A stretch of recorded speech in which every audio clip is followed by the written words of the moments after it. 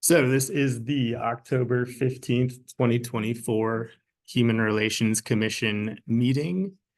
Thank you for joining us. We do have an interpretation service tonight. So folks that are joining us by Zoom, if you can please navigate to the bottom portion of your screen and click the globe. That should give you a menu of languages available tonight. If you can just pick the language you would like to listen to this meeting in. Y bienvenidos a todos. Esta es la reunión de la Comisión de Relaciones Humanas de la ciudad de Boulder. Tenemos esta noche un servicio de interpretación. Si puede navegar a menú en la parte de abajo de su pantalla, debe ver el globo mundial. Si puede hacer un clic en el globo, va a ver a los idiomas que tenemos disponibles esta noche. Si puede escoger la idioma que quiere escuchar esta reunión. Okay. That being said, Carlos, I will hand it over to you.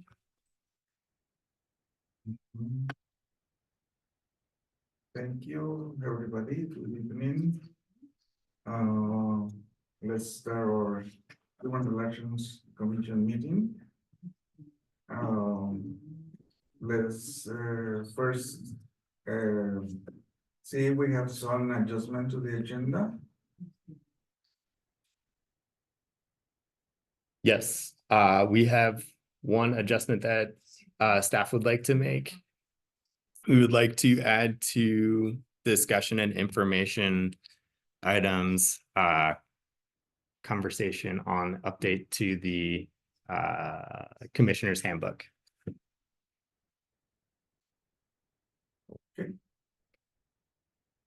Do we need to vote on that? We do. Yep.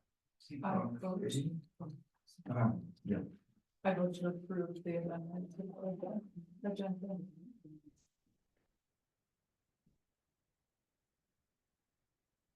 Okay, second the motion. We need a vote. Thank you. Perfect. Okay. Now, the point number 3 is approval of the minutes of the last month.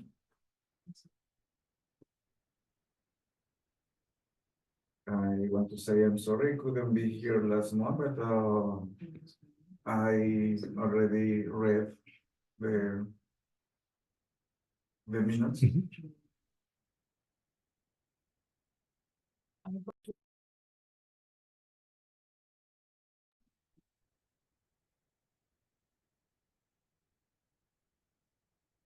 It looks like Peter's on mute. Yeah, okay. I second the motion.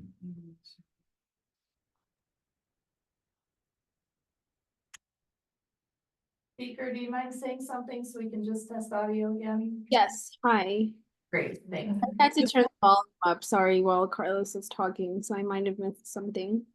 No problem. Just checking.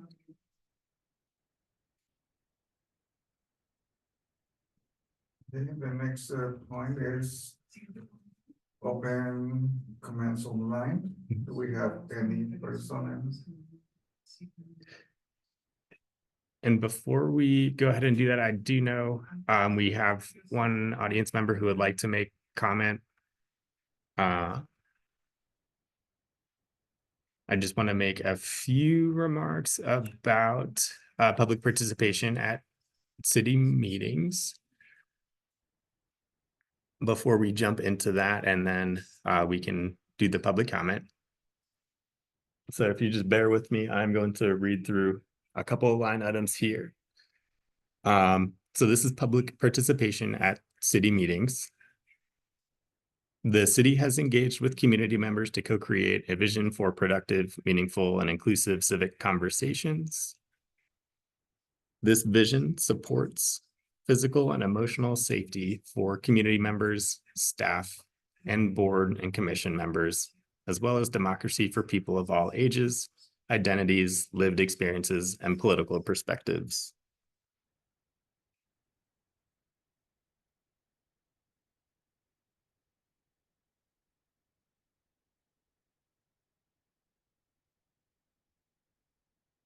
For more information about this vision and community engagement process, please visit the website appearing on your screen.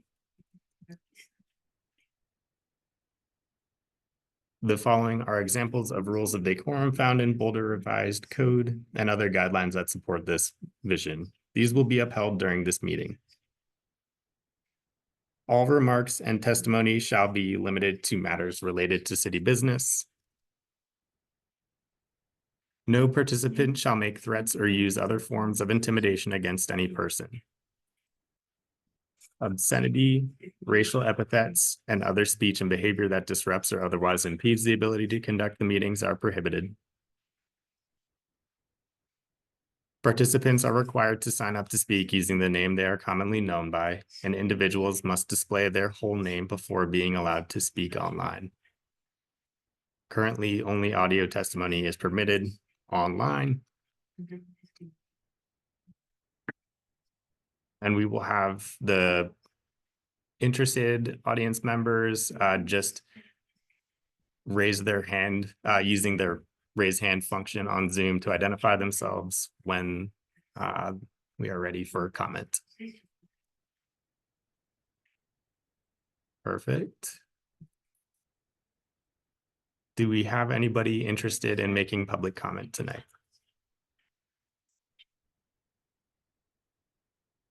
It looks like we have one person, so let me get on.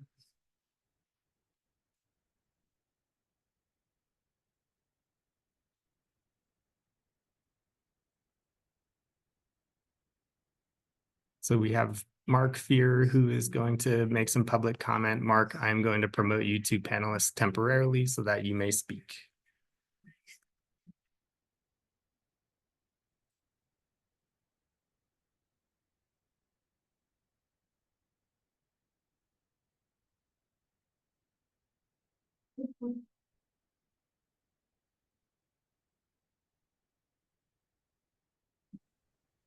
Are you able to hear me? Yes. Okay. Oh, God, you can see me. All right. Never mind. I know you guys don't want to see me, so.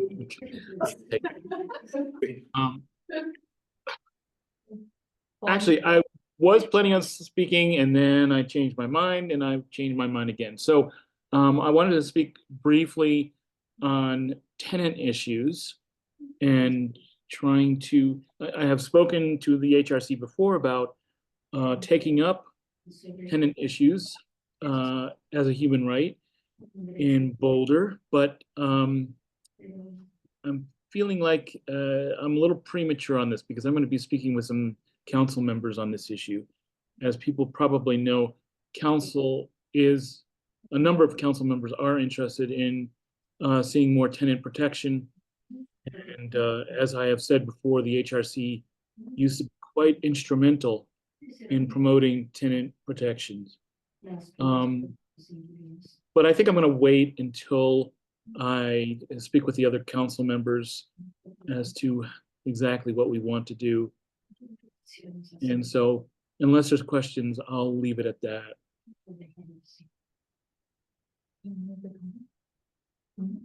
Yeah, thank you, Mark, for bringing up this important issue.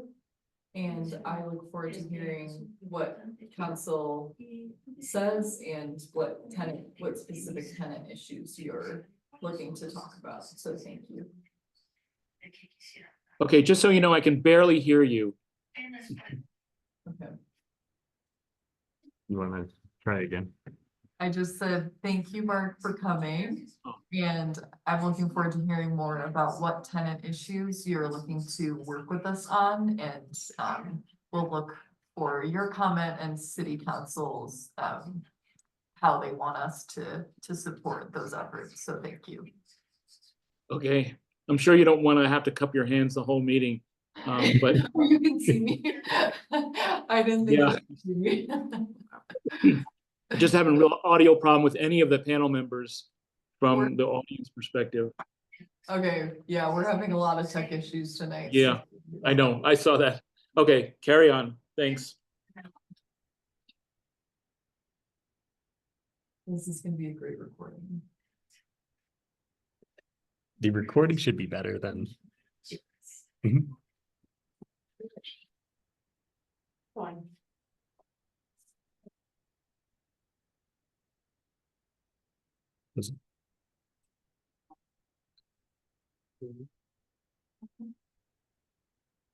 All right, back over to you. We do not have nobody else for public comment. I can hear everyone finds the speaker. Okay, thank you, Peter. I'm glad you did it. That's okay. Thank you, Mark. Thank you, Mark, for being here. And we are going to wait your comments after you talk to the city council. Thank you. Okay, the next is the action items. Do we have any action items? Not for this meeting. Next up, we would have discussion informational items. Okay. The next is a discussion informational item.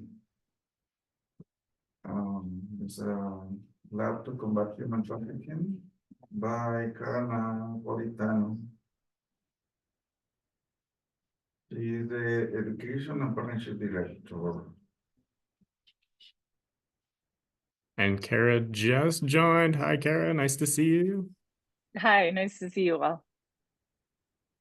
All right. And your timing is impeccable. We just got to your bullet item on the agenda, and we are doing a little bit of a hybrid meeting tonight. And so you'll see in one screen, Carlos Valdez and Emily Loker.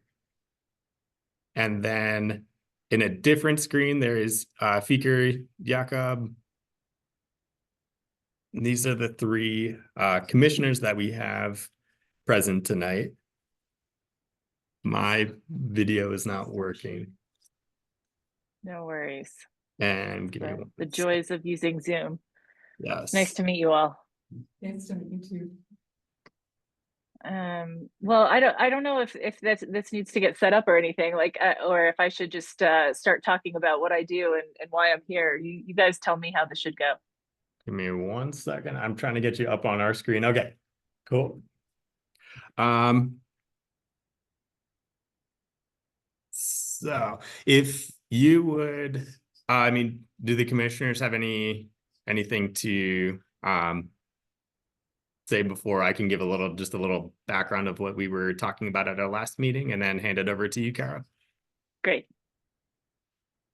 So the topic of human trafficking has been a conversation item at a couple of our most recent commission meetings, and at our last meeting specifically.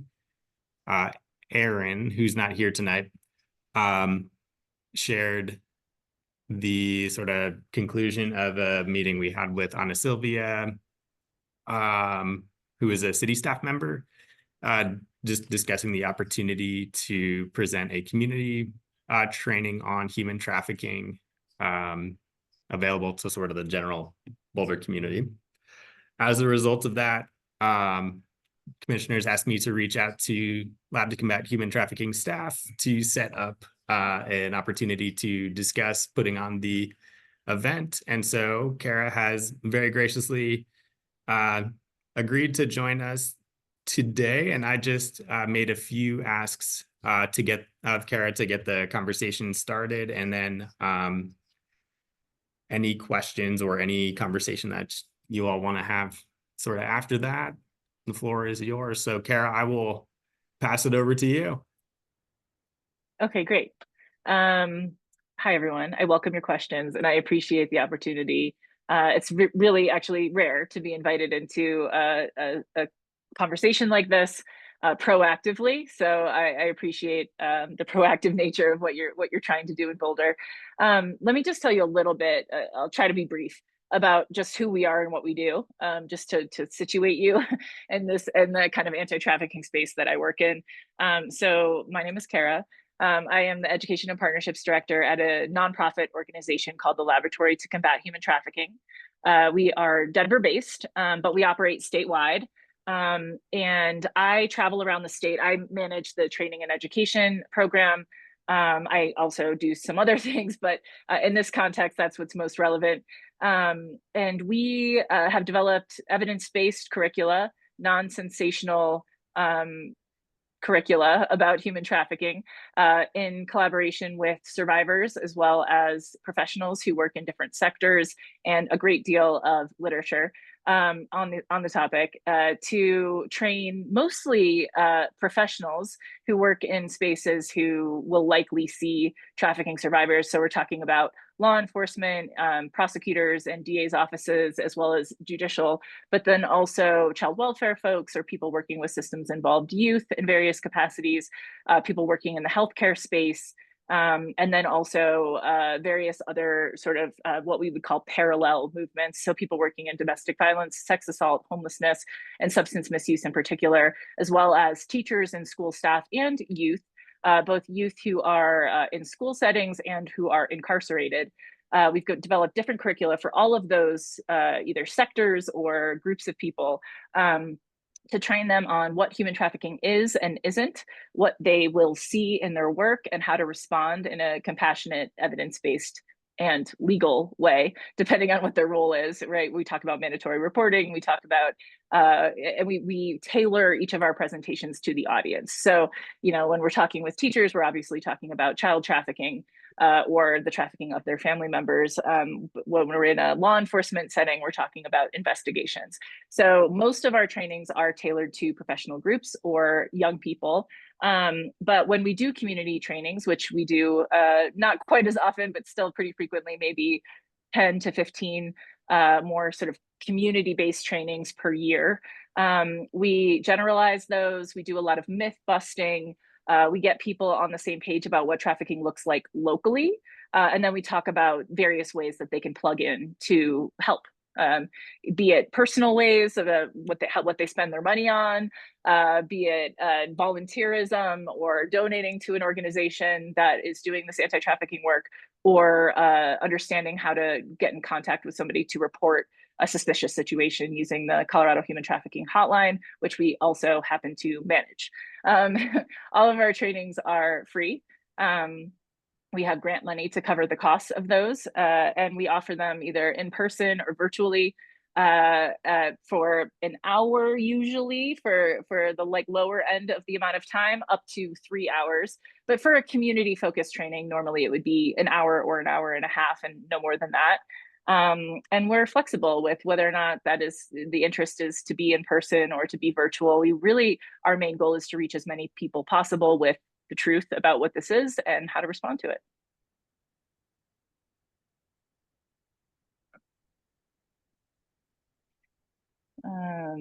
Yeah, I'm happy to answer questions, talk through, you know, I mean, if it's content related questions, or if it's like logistics related questions, or both. You know, this is a tough topic, obviously. So I suspect that there may be some concerns around the topics that we'll cover and discuss, and controversial things that might happen during a training. I've seen it all. I've trained personally over like 45,000 people in the state of Colorado, in very rural and urban communities. So I've seen it all, and I'm happy to answer questions.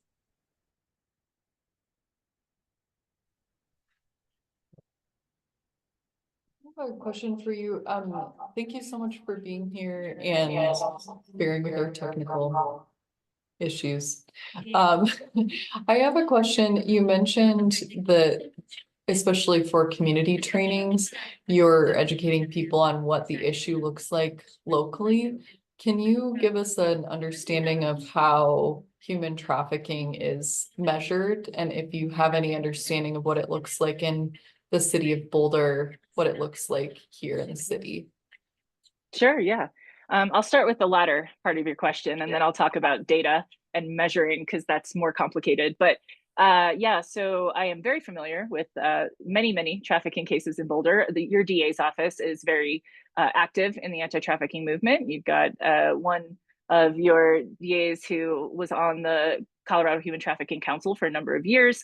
You've got an investigator solely dedicated to the issue of human trafficking within your DA's office, Edna Munoz, who I work with closely, and several other staff members, and one task force dedicated to this issue. I've trained I've been part of training of most of Boulder PD, as well as the DA's office, and then also public safety, and some staff in various departments across the Boulder community. We also get a lot of calls to our Colorado Human Trafficking Hotline that stem from issues in Boulder. So a lot of it is related to housing insecurity and homelessness. When people are housing insecure or homeless, they have unmet needs. Traffickers leverage those unmet needs to force people to engage in sex work or unpaid labor. So we're talking about both labor and sex trafficking. We've seen one particular situation in Boulder at a Thai restaurant where the owner of the business was recruiting workers from Thailand and forcing them to live in inhumane animal-like conditions, working off a debt that was unspecified. And they were working a ridiculous amount of hours and not getting paid for their labor. That's one specific example, but we see that kind of stuff happening not just in restaurants, but also in construction, agriculture, ranching, and in anything with subcontracted labor. So that's construction and also cleaning crews for hotels. Obviously, Boulder has all of those industries, right? Hospitality is a big part of your economy, as well as construction, because there is so much need for housing in Boulder, the Boulder community.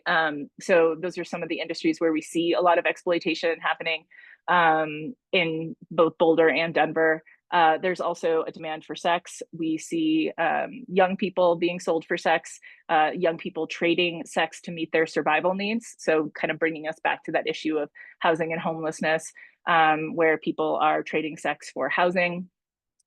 We also see it in situations where there's drugs involved, either somebody who is already addicted to substances, somebody latches onto that person, either starts supporting that person or supporting their drug habit, and then starts leveraging that addiction to force somebody to engage in sex work or unpaid labor in order to pay back maybe a drug debt or even a presumed debt, like I got you out of your homelessness situation and now you owe me.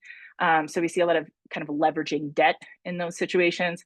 In a place like Boulder, where the cost of living is so high and housing is so expensive, we also just see a lot of people living in pretty untenable situations where you've got maybe 15 people living in a 2-bedroom condo, taking turns sleeping, for example. And maybe that housing, they're getting paid. They're paying a ridiculous amount of money for that housing, maybe 8 times what they should be paying. And that money is coming directly out of their paycheck. They're not getting paid for the actual labor that they're doing. There's I'm just kind of throwing out here a lot of situations that we see. Also, domestic service is another kind of category where we see this. So anyone living and working in somebody's home as a nanny or a cook or somebody who cleans the house.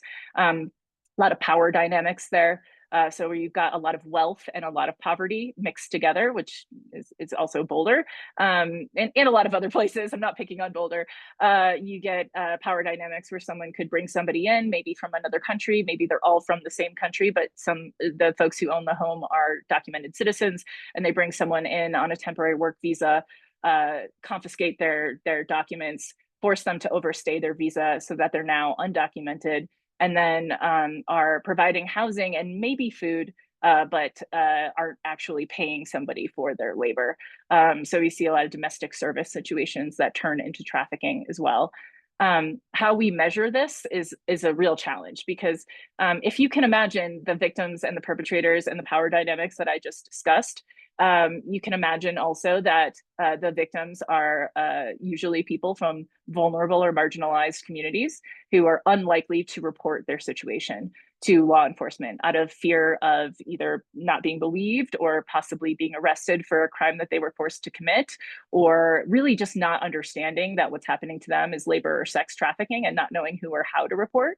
And so much of those, many of those cases don't get reported, the majority. The way that we hear about them is through our community partners who are more trusted. So we hear about them through, organizations that are working alongside immigrants as immigrant advocates, or we hear it from sex assault or domestic violence shelters or homeless shelters, or, some combination thereof, where they're hearing reports of this, they're telling us stories, they're calling the human trafficking hotline for resources, but those individuals aren't willing to report to law enforcement. So we have some data, we have a number of hotline calls, we have a lot of anecdotal data, but as far as cases go, we would have to talk to the Boulder DA's office to get the actual number. But I can assure you that Edna has not stopped moving since she was hired a few years ago. She has had a full caseload. And I'm just gonna thank you very much. Just gonna put out sort of like a blanket reminder for everyone. We have interpretation tonight, and Spanish is often a little bit longer to get out. So if we can just speak a little slower to allow the interpreters to be able to successfully get the message across. Thank you for that reminder. I'm terrible. I'm sorry. I You're will work not harder the at that. only one. No problem. No problem. Sorry, didn't want to interrupt there. Commissioners, other questions, comments, anything like that?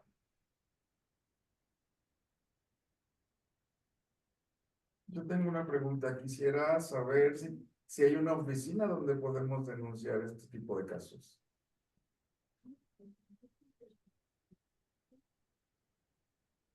Sorry, I did not have my interpretation turned on, so I'm turning it on now. Nope. Okay. Yes.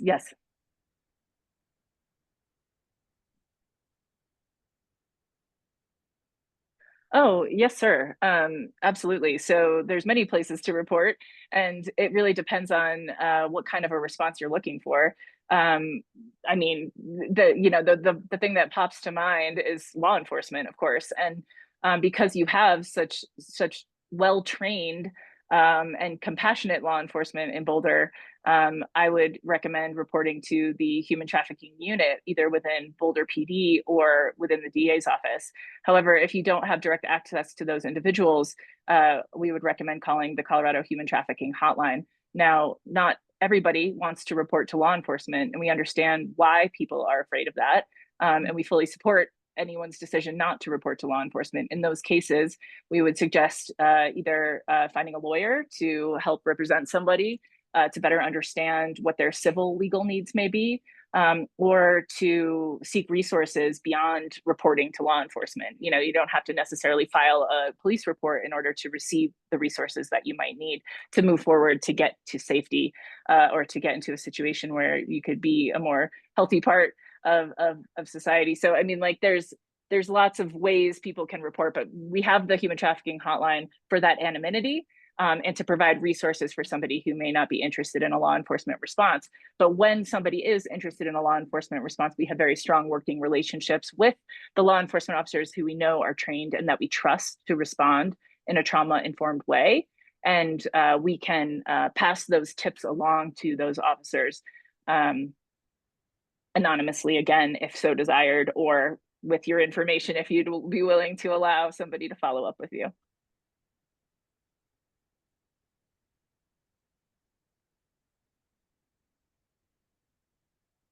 I just interject? Oh, speaker, go ahead. Yeah, so this is going to be a very difficult question, but what do you think is like the most effective strategy, I guess, for preventing human trafficking in our community? There's about 100 different ways, and there's no one that's going to solve the problem. So I can talk through the ones that I think Boulder County commissioners could work on, if you'd like me to. So I would say that we do not have sufficient capacity to prevent this issue at this moment. I think that education goes a long way. I really do believe that, and I think if we could all be on the same page about what human trafficking is and isn't, it would be an excellent place to start. And I mean that truly. There is a lot of misinformation out there about this topic, and frankly, a lot of disinformation as well, a lot of hype, right? The only stories you hear are stories of kidnapping of young females into sex trafficking situations, usually by male perpetrators. And in all the stories, they're driving some like scary white van and they're in a Target parking lot. That happens less than 1% of the time. So, so if that's the only thing we think trafficking is, it will be the only thing we ever find, right? So expanding that definition to be more inclusive of all the lived experiences and identities of people who are trafficked and who are traffickers, and of course, especially focusing on both labor and sex trafficking and not just sex trafficking, is vital to really understanding this issue and combating it. That's the baseline. Getting this information into schools, I think, is important. And that is something that I think commissioners could advocate for. I realize that you don't control the board of directors, the board of education, but that I think is something could be advocated for at your level.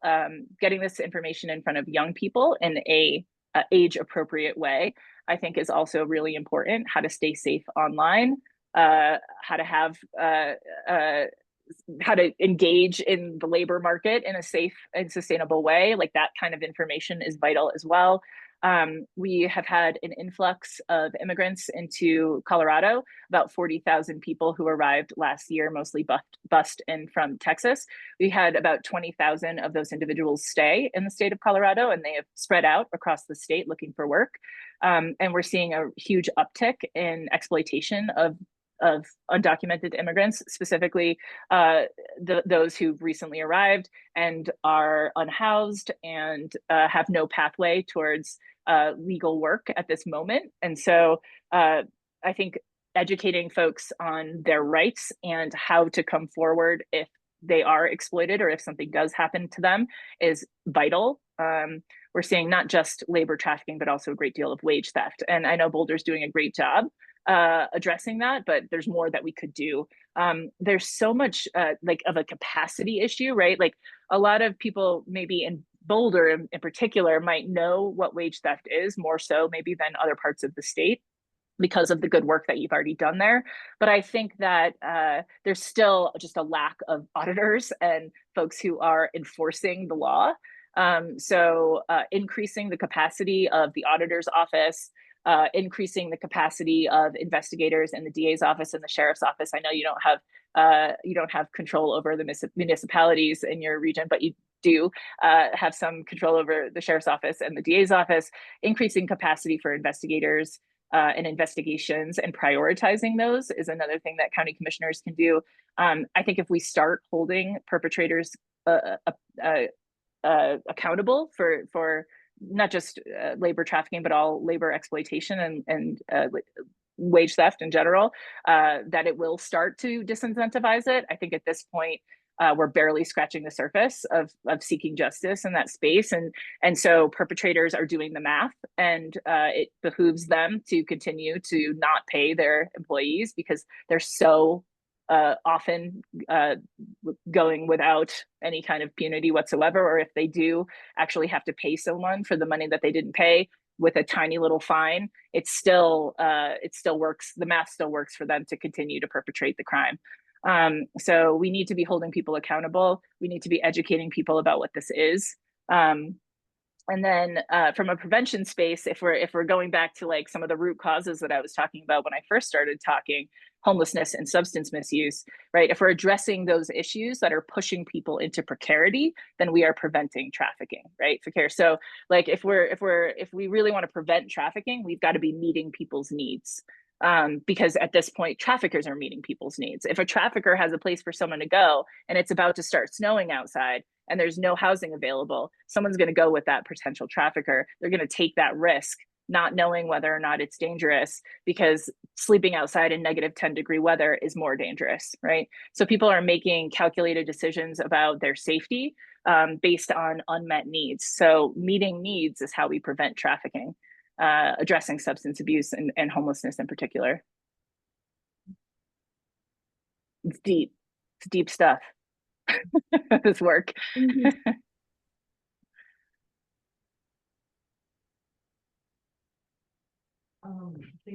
Thank you so much for your. Thank you so much for your answers. I'm thinking about our area of influence as commissioners.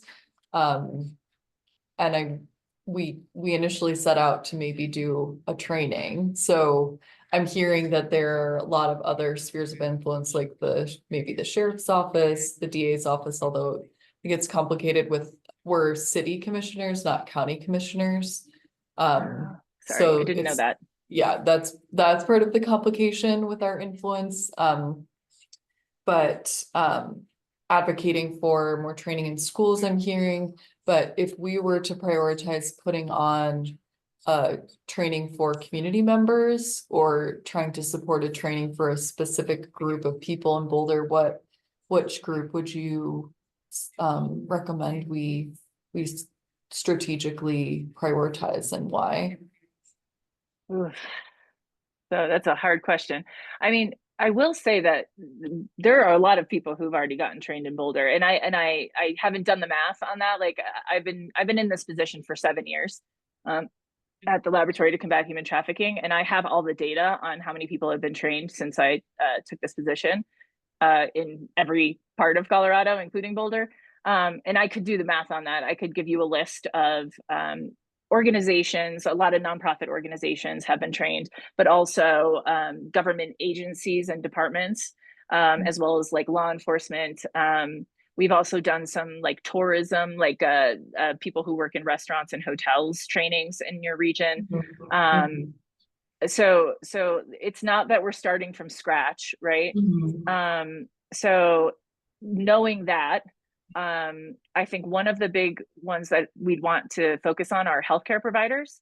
The data show, and also my anecdotal experience working with survivors tells me that somewhere between 80 and 90% of trafficking survivors will show up in a healthcare setting, in an ER or in a clinic during the time they're being trafficked. So it's an incredible opportunity to make an identification and potentially an intervention or get someone resources. So healthcare providers in general are a priority for me and for our organization.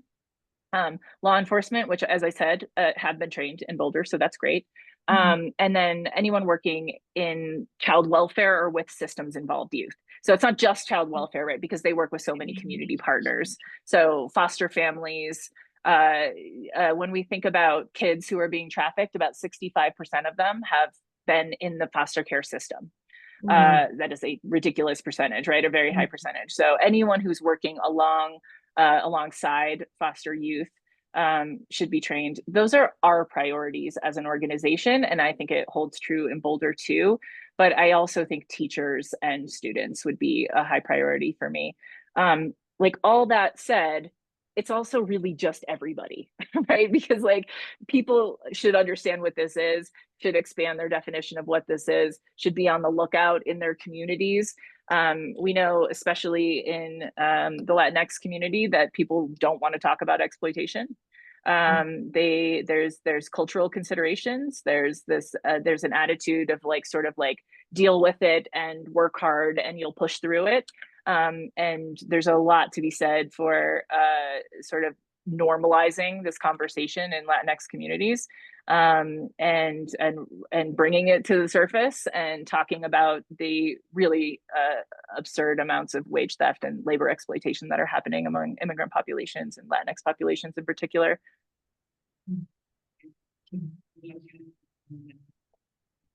I know it's a lot. I got a lot of words. There's data to back all of this up too.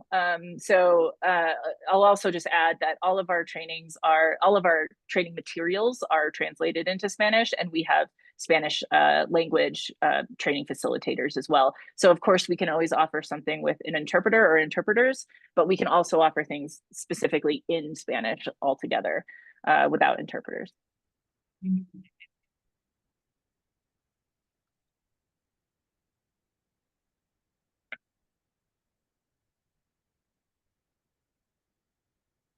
I think I'm hearing kind of a sphere of influence, and how can we use our what little power we have as commissioners to suggest and encourage other bodies to take this issue seriously. From that perspective, I feel like it would be really important for us to go through the training ourselves to more deeply understand the issue and what it looks like. But then I'm also hearing that community training, including a training for our Latinx communities here in Boulder would be helpful. I'm curious, like functionally for the commission, like what do we have to get city council approval for versus what can we just like do ourselves? Like working You want with me the to take it, schools, or you for wanna take it? example, Okay. I feel like might Yeah. require city council approval.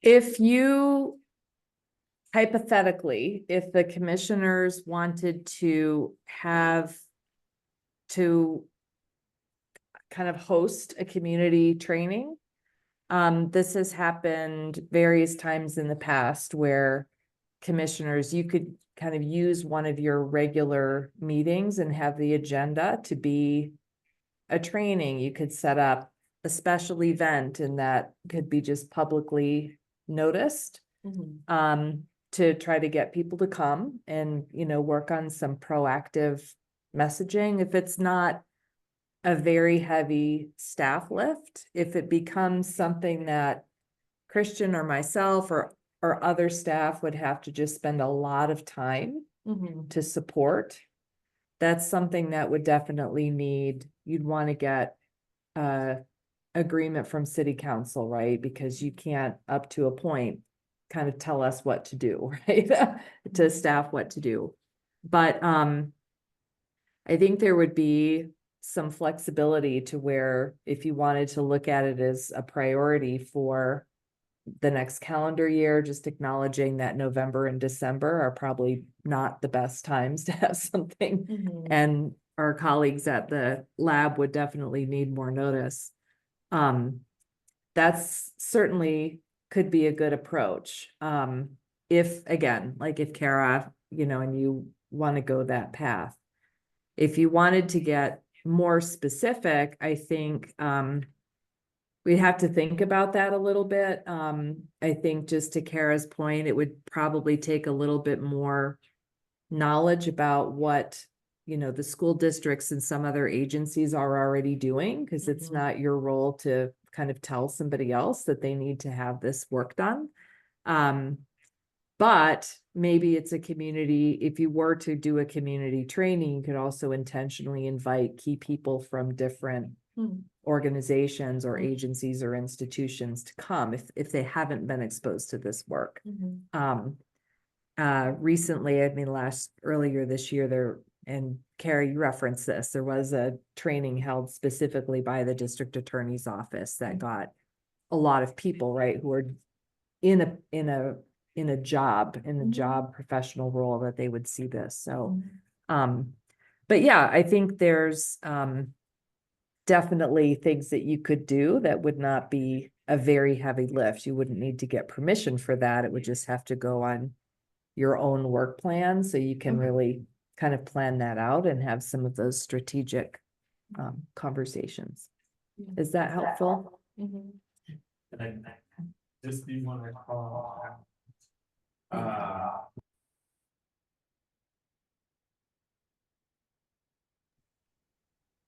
Kara also put it in the chat here. It's a very light lift on our end. Don't know if you want to speak a little bit more to that, Kara, as well. Sure. Yeah. We do this a lot, right? If you can't tell. So it really is, you know, for us, if it's in person, we need a space that we can connect to a screen and a sound if possible, because sometimes we use videos. And then we generally would create a flyer.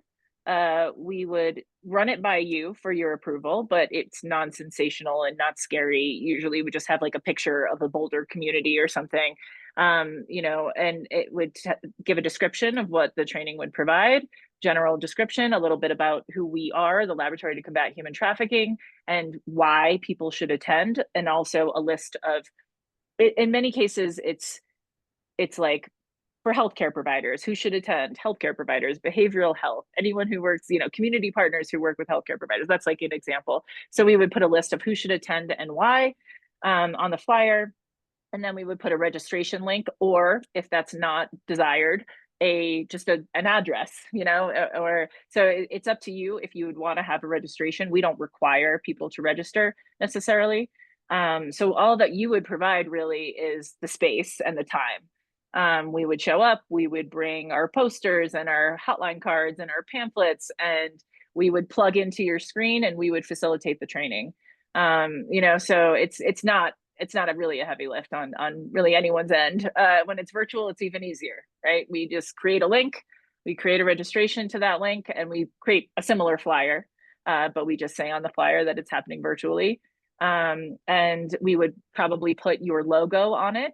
We would say this training is being hosted in collaboration with Boulder City Board of Commissioners. And we would put your logo on there if so desired.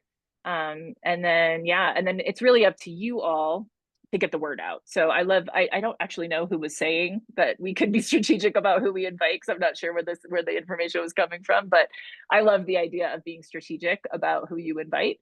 But inviting folks from education, whatever that looks like in Boulder, I think would be huge. And I could work that into the training, right? The training could be an hour, but 5 minutes of the training is sort of, this is why we think people in Boulder should get trained on this. This is what we can offer. If you are interested, please let us know, something like that. And we would bring we have all these informational documents. As far as what's going on in Boulder schools, I don't think that as far as I know, there's no training or education on human trafficking right now.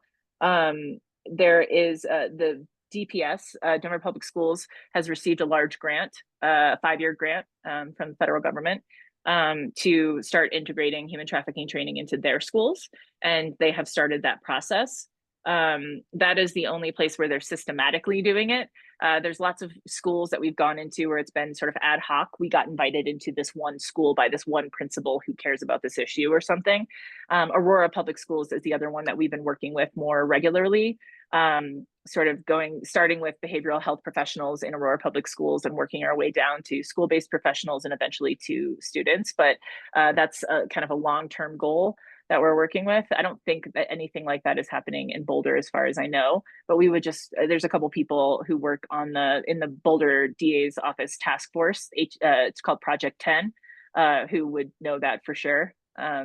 So we could find that out pretty quickly. But I think strategically inviting folks would be on you all. That's the other ask, to get that flyer out in front of the right people and get the right people into the training.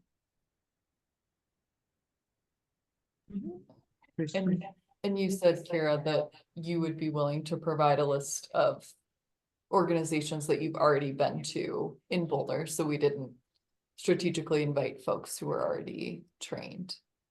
That would be really happy to do that. Although there is so much turnover in these spaces that I would still invite them. Okay. But yes, I'm happy to give you that list. That's a pretty easy pull for us.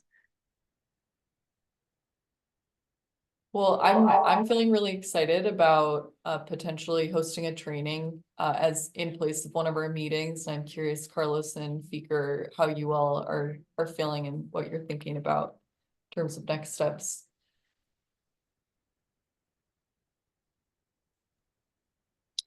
I'm definitely feeling excited about this as well.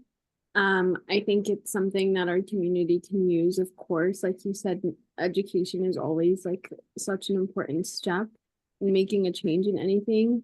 So, I mean, I don't know how we can get the word out. That's just like something that I'll just keep thinking about. I don't specifically know who to invite or how, as commissioners, we actually do this, or if like Elizabeth or Christian have contacts. I don't know how we'll proceed in that, but I mean, it's good that we're making the steps forward.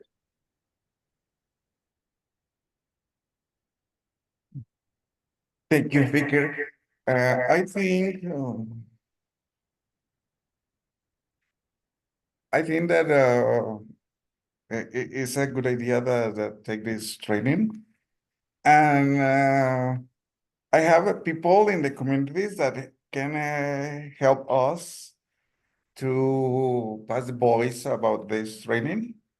Yeah, but especially in mobile homes, I have people to do this, but we can work in other areas too. Do you think, Carlos, it would be helpful to have a training that was a Spanish speaking facilitator? Or would a bilingual translated training be adequate, do you think? I think it can be bilingual. Bilingual, okay, Yes. thanks.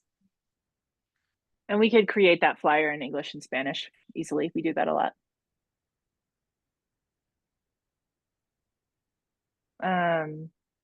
Yeah, I mean, I can add that January is Human Trafficking Awareness Month.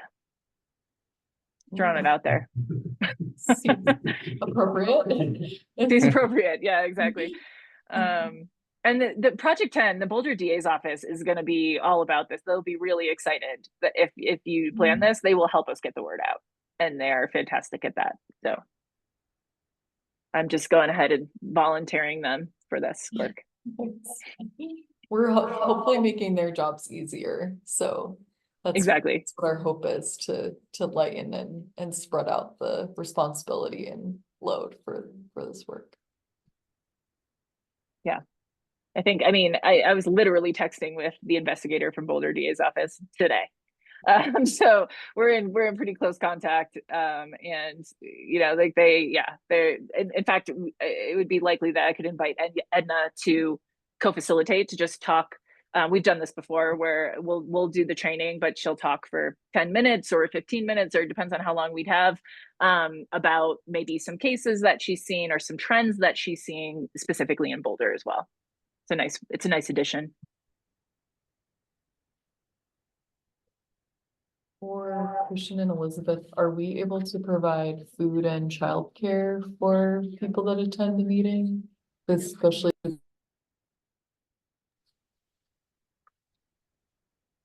wanna take that, Vinny? I don't know the answer. Okay. I know the answer. Like, we have budget for, like this group in particular. I don't know if we would have budget for like an entire event if it was larger than necessarily the commissioners and sort of like the usual attendees. Childcare, I do not know either. Yeah, so I think you could proceed a couple of different ways. You could put this on the November HRC meeting if you want to do that, and continue to talk about it as a group. And Christian and I can, in the meantime, kind of look at the budget for 2025 and make some recommendations there. You could also have two of you decide to form just a tiny little subcommittee and think about these ideas and come up with a proposal that you could take to the full commission at a next meeting. Either way, I think those would be two good options to allow for just a little bit more planning before you all get together or when you all get together. Yeah, that's helpful, thank you. But generally, the answer, and I realize I'm not necessarily on camera. Hello. Okay. Generally, the city and our Housing Human Services Department wants to always make any meeting that we have accessible. So in terms of interpretation, snacks, childcare, those don't always have to cost a lot, and that's well within what we just do to make things accessible. So I think that's not the question, just it determines scale and how to create a registration process so that we do know who's going to need childcare, whether or not we need to have it, all those sorts of things. So none of that is a barrier necessarily. It just takes planning. Mhm. And then Kira, on your end, what kind of date time flexibility do you have? Do you all do evening trainings? What's like a good lead time? How can we make it easy for you as well? You making it so easy on our end. Sure, yeah. We can do evening trainings. We try very hard not to do weekend trainings. So I'll throw that out there. We can do evening trainings. So we can, we can flex our time in that respect. I mean, it's a little bit complicated with the holidays, which you already referenced. So like November and December, right? Like half of the months are kind of gone. We don't do many trainings in December. People just don't schedule them then, which means that January gets really busy really fast. So if we were going to schedule something in January, we would need to get a date on the calendar like as soon as possible. Doesn't have to be tomorrow, but like soon, in the next few weeks probably. But if we're looking out into February or March or later, we generally need a month or two. It's the sooner the better that we can get it on our calendars. That's good. And then, but if it's an evening, usually we're not booked, so like that's possible. And then we want to make sure we can get the word out to the community with plenty of time as well, right? So generally, our guidance is about a month to get the word out to the community. Once we get it on our calendars and create those flyers. Or no, we have to meet on third Tuesdays. As a group, you can only meet together during one of your public meetings. Mhm. But two commissioners, for example, can have a meeting. You can do Mhm. that, just not a full group. I guess I'm wondering, can our potentially hypothetically January meeting be on a different day, or does it have to be on the third Tuesday in January? No, HRC's definitely moved meeting times around. Sometimes that's necessary just for your Okay. own schedule. I Okay. think the only thing just, as Kara said, that we would caution is if leading up to a meeting, it's a month, Mhm. just cautioning that still lands you and us kind of right over maybe the busiest holiday time of year. For getting the word out. For getting the word out and kind of Mhm. doing that outreach. If you Mhm. wanted to include schools, they're out for a chunk of that time. So Mhm. I'm certainly not trying to influence that, but just kind of pointing out Mhm. what might be some challenges if you were Mhm. to do that, Mhm. have an event in January, since we're already kind of screeching toward the end of the year. And Yeah, because holidays make January things is tricky. It human doesn't have to be in trafficking. January. Sorry. Yeah. To say if January is Human Trafficking Awareness Month and we're spreading awareness about the event in January and we had it in February, then that's also still working to raise awareness. It's just then we would have the training in February. Giving us a little more time. That's true. That could work, right? We're getting the word out. We're getting this training out to people. And if your meetings are the third Tuesday of the month in the evening at this time, it's pretty easy for me to just like go ahead and block like the third Tuesday in January, February, and March or something for now. Just, I mean, like I said, it's not like we don't work that much in the evening, so it's not that big of an ask to do that. So I could just go ahead and put on our calendars, like hold for possible training for those 3 months or something while you guys figure it all out. Thank you. And that'd be great. Sorry, I didn't hear that last bit. Oh, I said that would be great. We're missing our commissioner, so it would be good for all of us to convene and meet at the next month to kind of finalize what everybody wants to do. Okay. I'm putting the third Tuesday of January, February, and March on my calendar right now.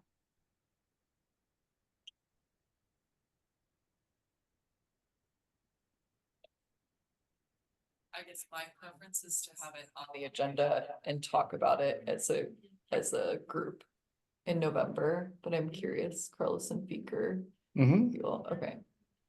It seemed like we were all interested. Peter gave a thumbs up. Yeah. Cool. Okay. Great.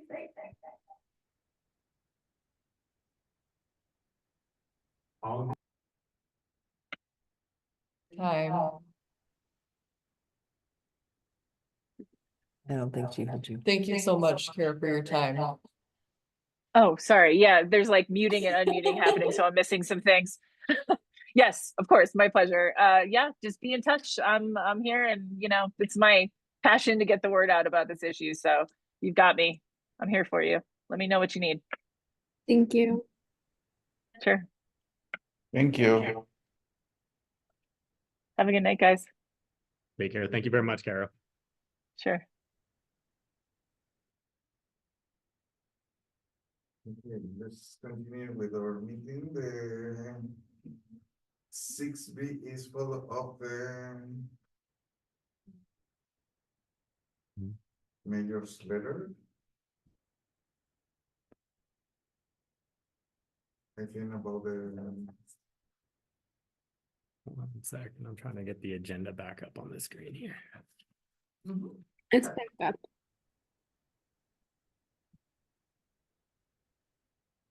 about the Aaron's letter.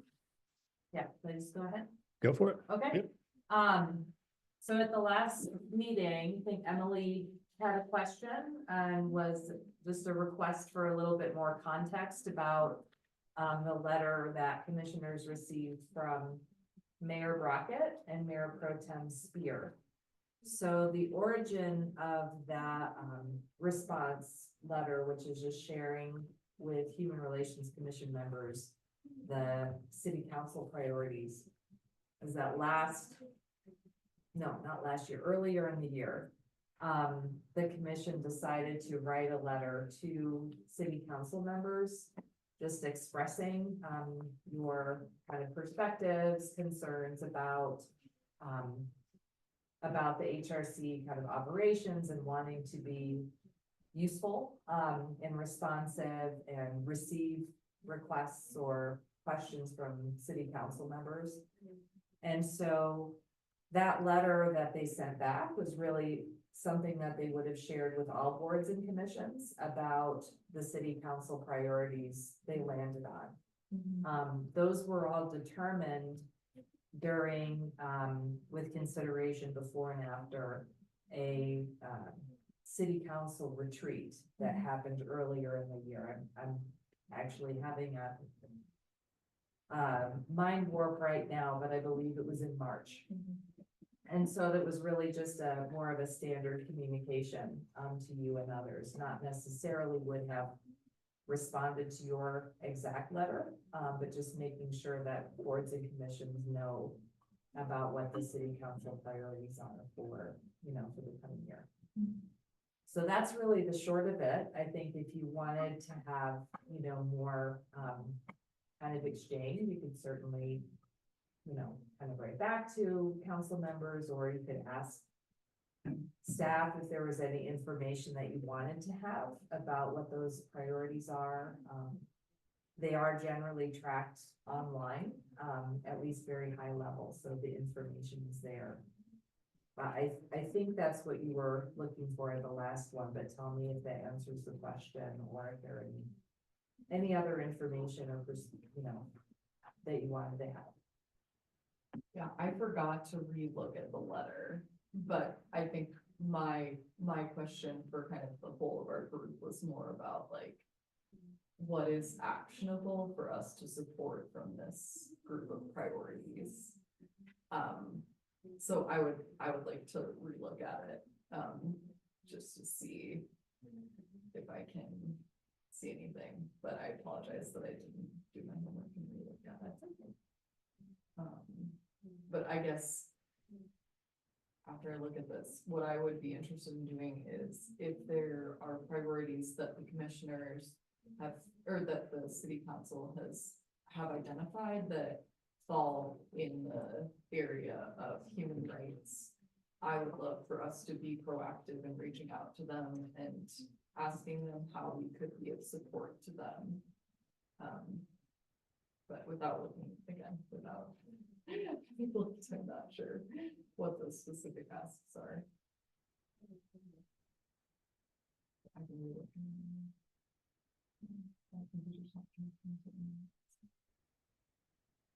It could be another November, I mean, Yeah. it's for the other two commissioners to decide, but we can revisit if you want.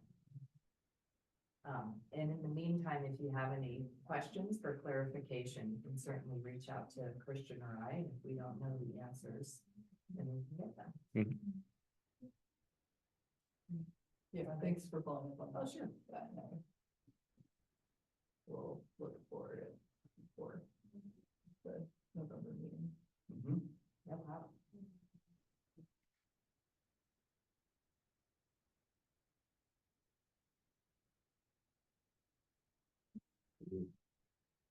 So the next one, which is staff updates.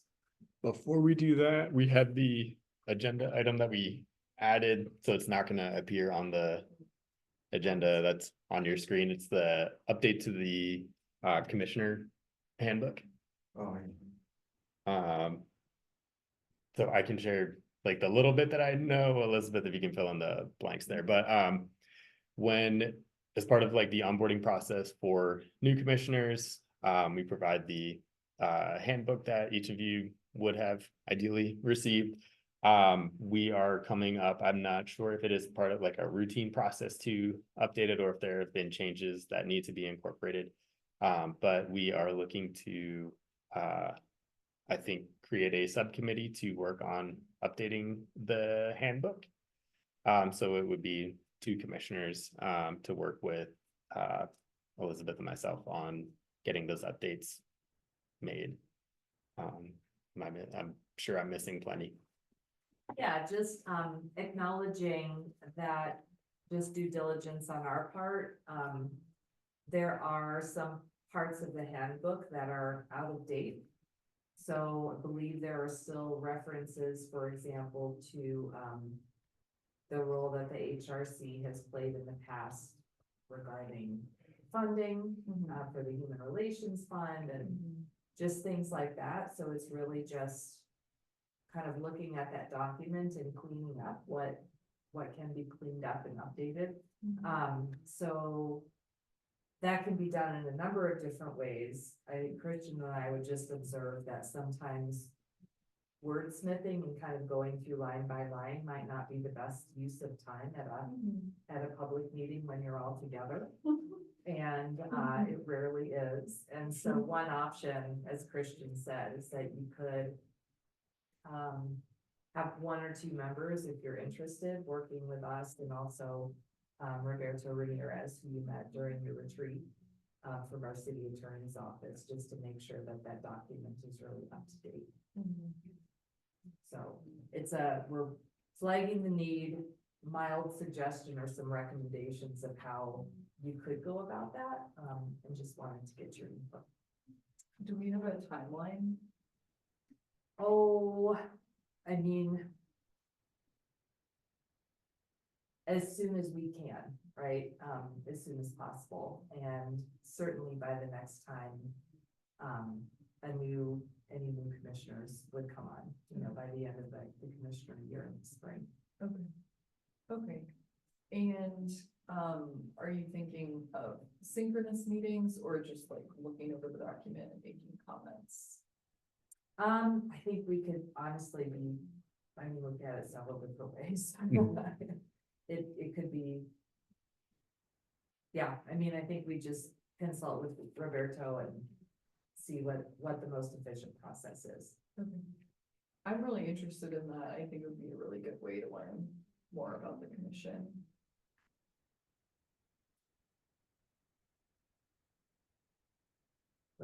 Terrific. Carlos, speaker. Yeah, I agree with Emily works with you. And I don't know who else wants to do it. I have curiosity if JH would be interested, given his questions about the role of. I'm not volunteering him at all. I'm just curious if he would be interested as well. And Beaker, I'm curious how you feel too. Yeah, I would love to just take some time to think about it. I just feel a little swamped around this time of year, so just would like to think about it.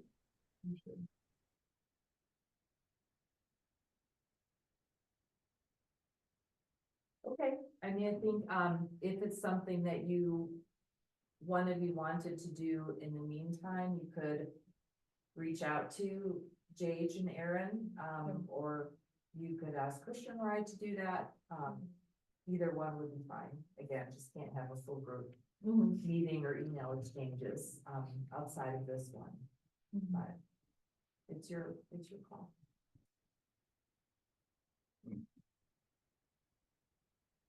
Yeah, I think if you would be willing to reach out to them to give illness context, so it would be helpful.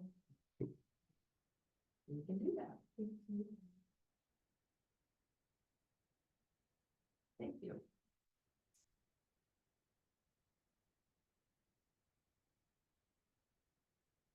And I'm not sure, I think my term might be up in the spring. This is Off the top of my head, I know. JH has said his term is up. The end, and I think Emily, if my memory serves correctly, you were on like a 1 year or something like that.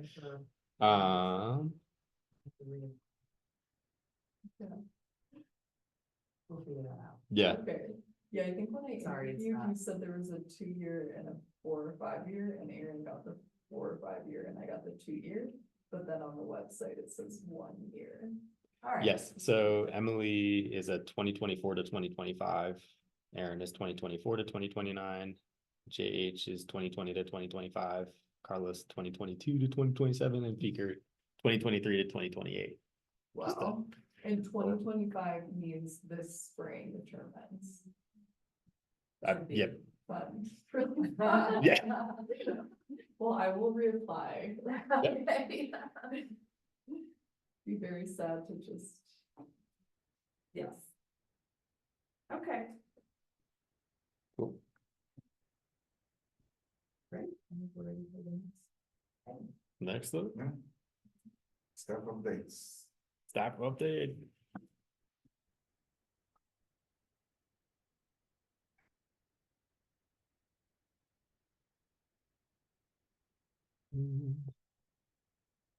Okay.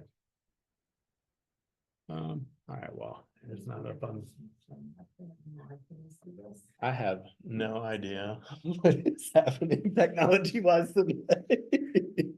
But anyway, so just kind of a follow-up to the minimum wage discussion that has been going on October 10th. As you may have heard, City Council did approve an ordinance to increase minimum wage to $15.57 in 2025, and then an 8% increase on top of that for 2026 and 2027. Elizabeth, anything more to add to that, or any? Only 8%? It would be 8% In 1 year. So 1557 for 2025, and then in 2026 an 8% increase of that 1557, and then 2027 would be an 8% increase of the increased amount from 2026 But only for 2 years. is what I have read. I don't. I think, yeah, if you, I will admit, I listened to the whole meeting. It's not ever a bad idea. Commissioners have the time and want to.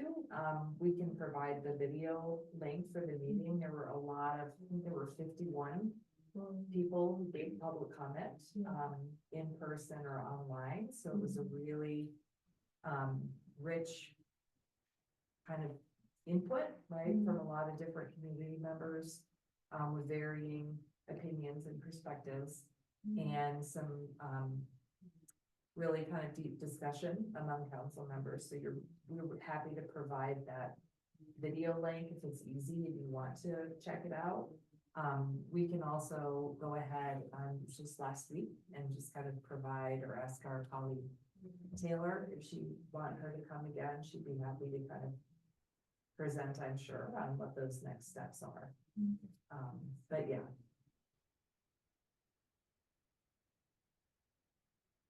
I was there, but I didn't see anything of it. It was a long meeting. wasn't it? Yeah, a lot of people talking. Cool. Indigenous Peoples Day events happened over the course of the weekend. I believe they would be wrapped up. I don't think there was anything today. So it was just what I shared out with you all on Friday of last week. I did not have a chance. I was out of town. I did not have a chance to attend any of them. I know the Human Relations Fund did fund a good portion of them. Did anybody attend any that can report out on any of those? Cool. You want to do that now or? Oh, I can update later. Either place. Either place. I'll update later. Okay. A reminder as well, the Child Friendly Cities Initiative, the next Youth Action Plan workshop is going to be November 6th from 5:30 p.m. to 7:30 p.m. Elizabeth spoke about this at the last meeting. We shared some info on that. So just a heads up that that is coming up. And as well a update on the all boards and commissions meeting that we discussed at the last meeting as well. The date has been set for Wednesday, December 4th from 5:30 p.m. to 7:30 p.m. And that would be at our OSMP at the Open Space and Mountain Parks building, which is in East Boulder off of Central Avenue. So over by what was that? On 55th. On 55th, yeah. Over by like the workforce Boulder County offices in that area.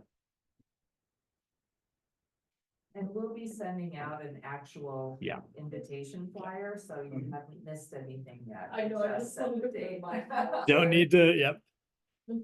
And then two additional community events coming up. One from our dear friend Ingrid. There's two events coming up called Humanize Community Conversations on Immigration. And so I will send out flyers on this. There's going to be a movie screening of a documentary and then a conversation to follow. The name of the movie is actually I'm blanking on it right now there, but it's in the flyer, so I'll get that out to you after today's meeting. One event is going to be over in Longmont. It's this Thursday, October 17th at 6 at the Longmont Public Library. And then next Friday, October 25th at 6 p.m. in Boulder at the Nevin Platt Middle School. So look out for more information on that, a chance to engage and connect with an old friend of ours, Ingrid, and also engage around a topic that is very much discussed right now. And then just another plug for the Neuro Inclusive Housing Summit, which is to occur on Monday, October 28th. It's an all-day event, so 7 a.m. to 5 p.m. The registration form is live and it's happening over on CE's campus.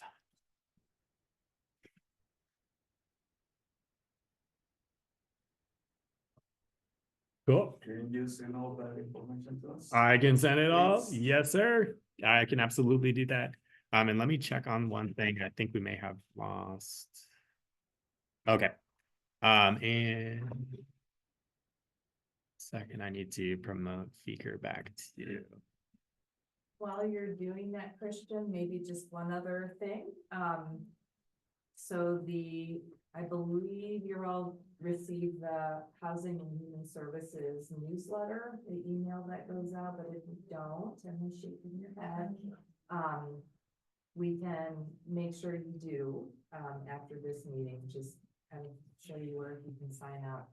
But we're also really, Carlos, I believe you know about this, but one other event that is coming up next week, on October 23, is an open house for the Boulder Mod, which is the Boulder modular housing factory that was going to have, yeah, the open house is next week. It'll be beginning operations very soon.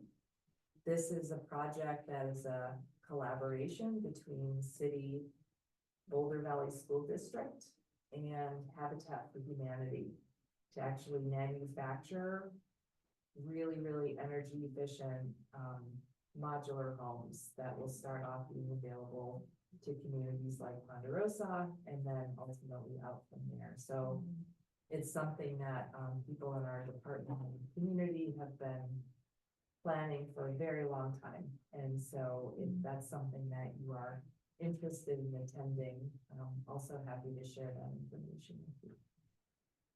You said that was the 23rd. Correct. And sorry, Christian, what is the date of the all commissioners meeting? I know it's Yep. December 4th, but. Wednesday, December 4th from 5:30 to 7:30. So just trying to check myself. Yep.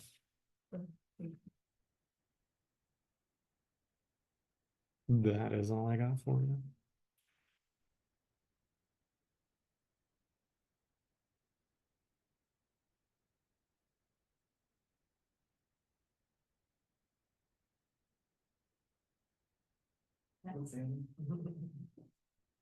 Commissioners updates. Go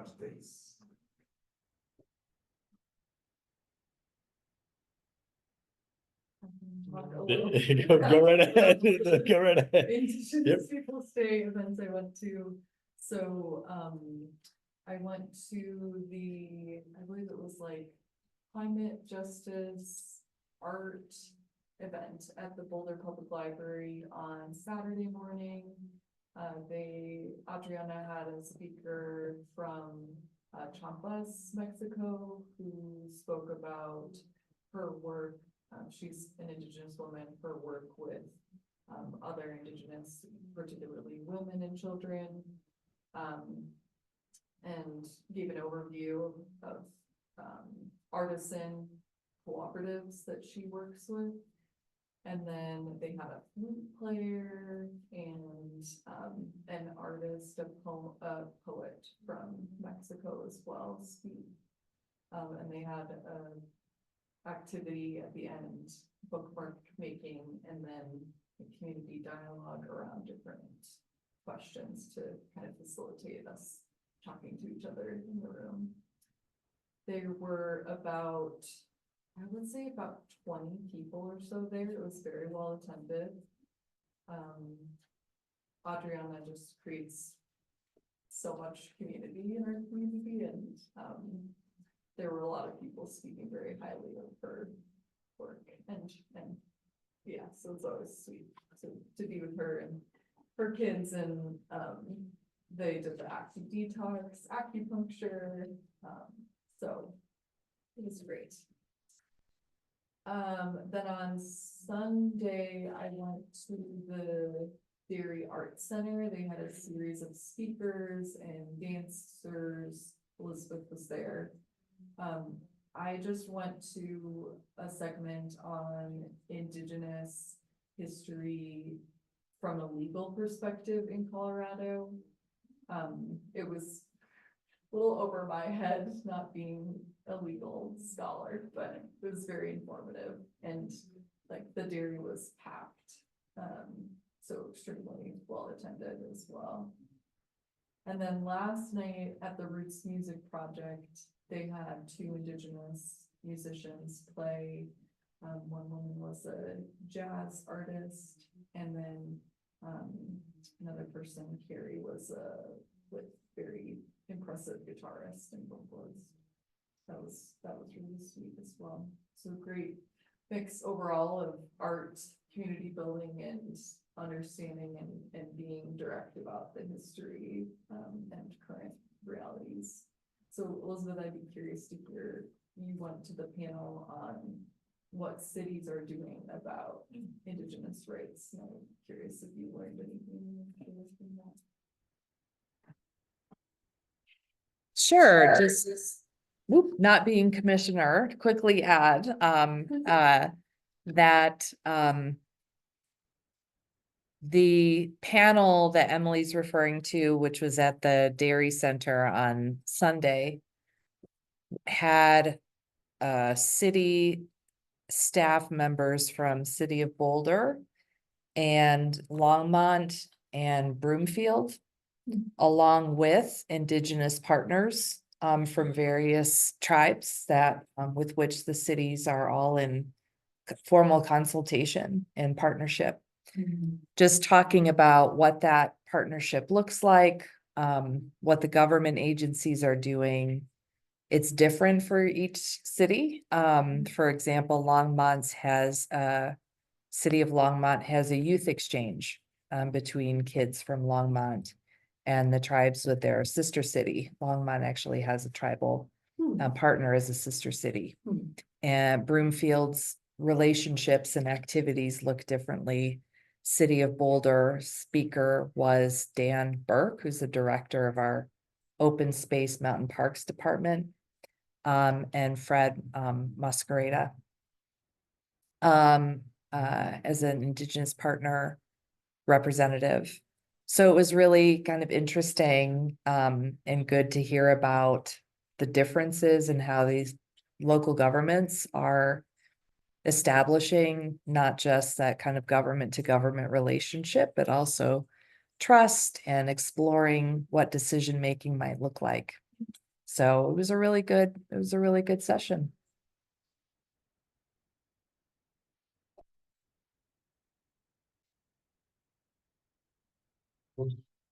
I will just share.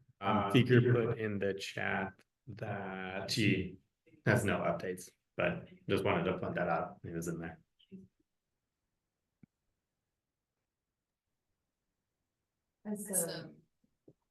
To build up of what Elizabeth and I saw each other at the event at the dairy, and I mentioned the Fort Chambers site in Boulder County. And being excited and interested at maybe either having someone from Open Space Mountain Parks come in and talk about what they're doing at the Fort Chambers site. Or going out to visit the Fort Chambers or going out to visit the Fort Chambers site. To deeper understand that part of our history. And I'm curious, Carlos and Feker, that's of interest to y'all. They're actively planning what they'll do with that. The city's actively planning what they'll do with that site. Yeah, I can be agree to go to that. Yeah, that sounds If you're good. Thank interested you. in that, Christian, one of us can definitely communicate that over to the Open Space Mountain Parks team or just the tribal consultation team. Thank you for that reminder, Emily. The announcement during the panel was just generally made that process is kind of starting up in 2025. So no very specific dates yet for when there will be public community engagement, but we can definitely let them know that the HRC, if you are interested, is just would like to be appraised of those steps and any opportunities for information or engagement. Awesome. Yeah. Is that accurate? Yeah, that sounds good. Okay. Yeah, sounds good. I don't have any update either. But I have a question for you, Elizabeth. I have questions about this. There is going to be a program that is going to give some money to change wooden fences or something like that. to change wooden fences. Mhm. Wildlife. The wild, Oh, Wildfire. It's wildfire, yes. okay. And you'd like to know more about that? Yeah, I would like to know more about that. Okay. I read that in Boulder Reporting Lab, and I have some questions from some community people. Sure, what we can do is, I don't wanna get on my computer and look for it now. Yes. No, that's okay. Cause it's facing you.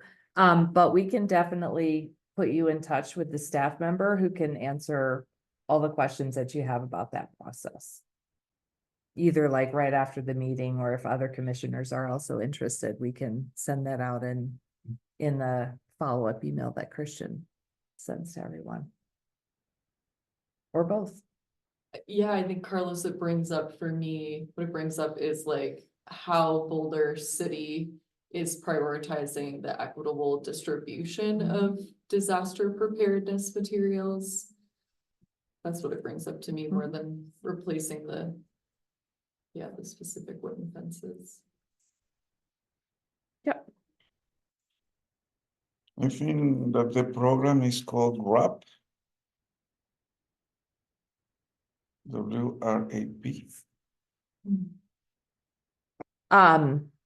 Yeah, after we're done with the meeting, we can definitely, we can look up the information for you, just give it to you in real time. And then also just, provide any resources, or if you have specific questions, we can just relay those to our colleague and she can respond in writing as well. Thank you for the question. Yeah, super important question.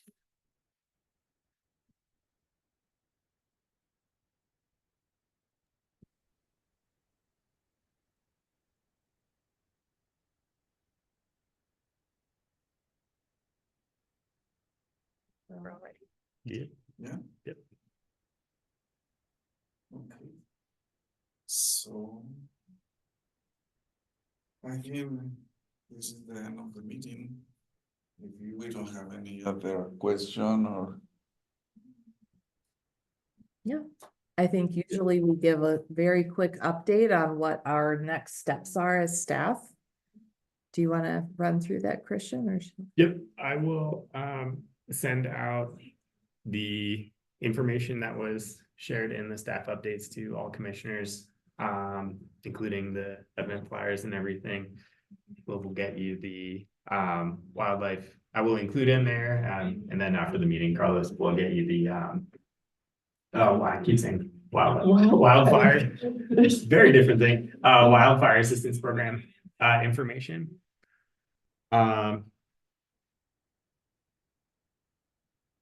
I do not think there's much else that I am coming to the top of my head. Anything? I think just, we'll load up that email with any other links, like the council meeting for minimum wage and just anything else that we've talked about. We can dig back through and provide that. Yep. And then right after the meeting, if at least the two of you want to sign up for the Housing and Human Services newsletter, we'll get you to do that. And maybe Christian, I don't know if this is the easiest in your email, your follow-up email, to include the context about the amending or reviewing the HRC handbook. Got it, yes. So I would send that directly out to JH and Aaron. Yep. Okay. Great. Cool. Well, we need a motion to finish our meeting. I Do we need motion- to, real quick, do we need to talk about sounds like we will have a November meeting, sort of standard third Tuesday, which would be not really gonna interfere with anybody. Is that going to interfere with anybody's travel or anything like that? It's November 19th, which would be the week before Thanksgiving. Yeah, I will be on work travel on the East Coast, so this is a pretty Cool. bad time for, I might not be able to make that meeting, so that Okay. would be 10 p.m. Yeah. Eastern time. Okay. I am gonna be out of town at a work meeting that day, which Okay. doesn't mean that the meeting can't happen. We'll Mhm. just, Yeah, it wouldn't be a bad idea just to reach out again to everybody. I know last month you all really wanted to have a meeting, which is absolutely fine. Mhm. But it wouldn't hurt just because plans do change around this time of year. Mhm. We can just make sure, or Carlos, if you wanna be sure, talk about that with, you know, JH and Christian for the next agenda. Just make sure people are available. And if not, then you know. Yeah, I'm definitely available the 12th. Which I can definitely give to you in writing, Carlos, if that'd be helpful, but if we were to Yeah, meet a for week me, it's earlier. fine. But especially with the like trying to plan the trafficking event, I would rather meet in November to solidify that event and follow up with Kara. Before the holidays. And in the past, the commission has also just met a day before or a day after. It doesn't just have to be like a full week before if that doesn't Mhm. work. And Carlos will remember, and Feker, where the meetings used to be on Mondays, and we ended up having to move them a lot just because those tended to be holidays and whatnot. So, and sometimes we would just move it to a Tuesday. So I just offer that, and I think you can, Mhm. you know, reach out, or we can, but it doesn't necessarily have to be a full week ahead of time, just to be on a Tuesday. Okay. For me, it's fine. would it make sense then for me to, ask for commissioner responses on like which dates would make sense, since we do want to have a November meeting? That sound good? Could you send out a doodle poll? We can Something that the city allows. do something like that, I'm sure. for. Cool. Sorry to interrupt. Yeah. Thank you. No, it's fine. Thank you. I motion to adjourn today's meeting. I second. Second. I third. Thank you so much for this meeting, and we're going to see when is going to be the next one. Did Feker, did you all vote? Speaker. Oh, under- yes, under your- Yes, Figure. yes, I did. Your vote. Thank you. Thank you. Awesome. Thank you, everybody. Thank you, Figure, for everything. Bye, We'll send guys. you It some was good pizza to for see next everyone. time. Thank you.